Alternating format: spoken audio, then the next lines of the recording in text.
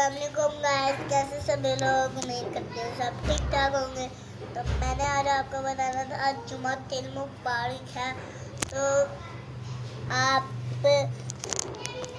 आज जो है नमाज़ें पढ़ा करें, दुआ बेशक मांग लिया करें, प्राइज बहुत निकल जाए। फिर इतने ज़्यादा पैसे जमा आप करें हज के लिए, तो हज भी हमने जाना है। हम पैसे जमा कर रहे हैं हज के लिए।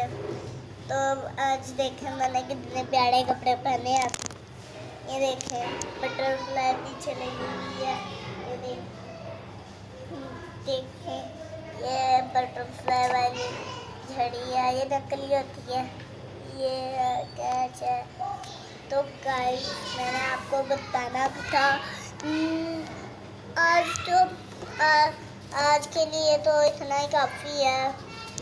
इतना काफ़ी है। जुमा तिल मुबारक को आप सुबहाना पढ़ा करें।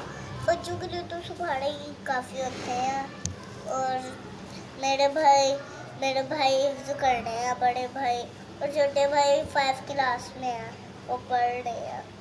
तो मैं पढ़ाने होगी हूँ, इतना आसान होता है पेपर।